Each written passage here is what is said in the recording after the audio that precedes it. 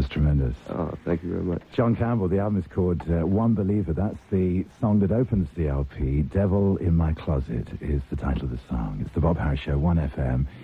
And I remember, this is about 20 years ago, reading a book. I think it was called The Dice Man, and I think it was by J.P. Donlevy, about a fellow whose life is dictated to by the dice. Uh-huh. You know, he kind of sets off, reaches a crossroads, doesn't know which way to go, right. Tosses the dice, whatever it comes down, that's the path that he follows, and that dictates his life over a long period of time, just the toss of a coin or the roll of a dice. And it strikes me that your life has been a bit like that. Well, it's pretty much like that, I think, yeah. You were traveling without really a fixed spot that you could call home, really, weren't you, over a long period of time? Yeah. Mm-hmm. Yeah, I kind of always did keep one foot out of the door, it seems. I was kind of comfortable that way, and I really can't figure out why. I just had to keep the guitar in my hands, and that was the primary thing. And anything that would take it out of my hands was something that I excluded from my life. And it was very conducive to be playing the guitar all the time. And so I just spent a lot of time in bus stations, a lot of time on the highways, and a lot of time on the couch circuit, you know. Because, I mean, some of the adventures that must have come into your life as a result of this. Because, I mean, you'd never know, really, at the end of a gig or the end of a day, quite what the night was going to hold in store for you. Yeah. Usually, you know, when I was younger, what we called house parties would pop up, and I would end up playing, 10, 12 hours a day. And just music, I think, is it's a universal language, and I think that with me, if I kept playing my guitar, it always seemed to just keep me moving somehow, you know. It would lead from one thing to the next. Because music clearly is your life, isn't it? And, yes. You know, having done this circuit for such a long time, and then suddenly finding yourself in the recording studio for a major label with people from the Robert Cray Band, right. And, you know, you've got a stellar, selection of musicians on this LP with you. I mean, presumably you were unused to playing with others anyway. Right. Mm-hmm. So how did that feel? Well, it felt pretty good. When I met Dennis Walker through Peter Lubin, we really connected right away. And what happened was we wrote new material. We wrote fresh songs for the record. And I think the collaboration was a very positive thing for me. I'd never done it much before. And so, but I went into it on a collaborative thing. I remember Gatemouth Brown, he told me that music was a sharing experience, and it had to start with the players. And so we wrote material, and I started hearing the music in my head, and I heard it with an ensemble. And Dennis is the man who introduced me, you know, to Richard Cousins, Jimmy Pugh, Davis McClarty, Jimmy Pettit, and I really relied on his instincts, and he didn't steer me wrong. It was a really rewarding experience for me to interact with these guys, and when I played the stuff, they heard some things in their head, too. So we met somewhere in the middle and made the music.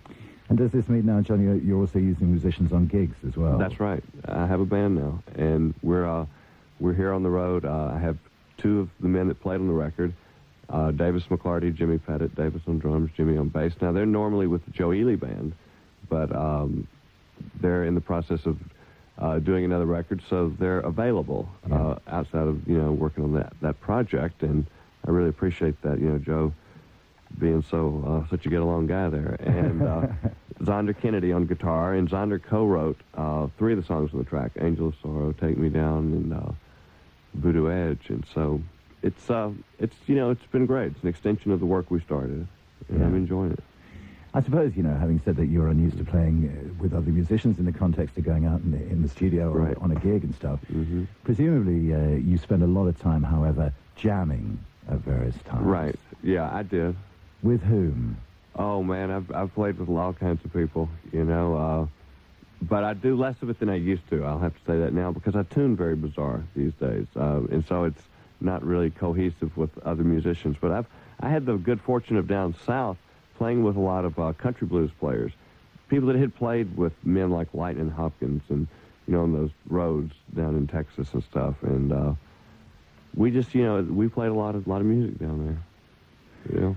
Because you've arrived on the Elektra label, which has a long time been a great favourite label of mine. Yeah. I mean, my affection for the label goes back into the 60s, and Love and the Doors, and in this country, people like the Incredible String Band and people like this. Sure. And you are one of two signings recently to the label that's particularly caught my attention. Danny Gatton is the other one. Now, that's cool. Do you know Danny Gatton? I do know Danny. We do some shows together in the States, and he's a great guy, and I'm a big fan of his as well. He's tremendous. Oh, and in a way, the pattern of your lives has been similar, hasn't it? Because, I mean, he's been around and playing bars and stuff for many, many years as well. Well, we both come from the country, you know, and the recording industry was not really a part of my day-to-day life.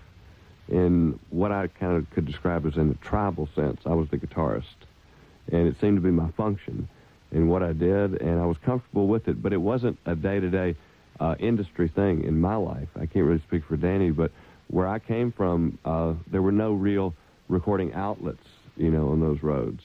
So, you know, it was just kind of you and your music. Because he had put out a couple of albums previously on small labels in the States, and he's got a 7-album deal with Elektra. Is yours the deal that's ongoing for a number of albums as well? Yes, sir, it is. We're going to go on with it, and I'm really lucky to be with this label.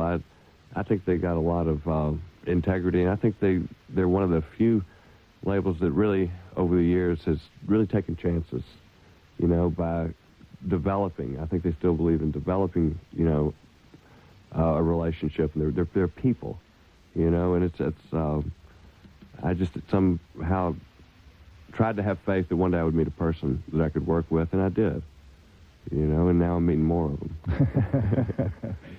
Is this the first time you've been to Europe? Well, essentially it is. I was over one time before for about 5 days, and I really didn't get a look at it. But I would really say this is the first time. I'd never been to England before. Yeah, I love it. You've been supporting Buddy Guy. That's right. Yeah, how's that been going? Well, it's wonderful. We've been out on the road with Buddy since September, and he's as gracious a gentleman as he is great a musician. And we've been having a good time with it, and it's, you know, I've been a long-time fan of his, and so to be on the road with him in Europe like this, it's a great opportunity. Play us another song, John. Okay. What's it going to be? I tell you what, I'm going to get the National guitar out on this one. Okay. And I'm going to do you some of the little bit of where my slide roots come from. Okay. Okay?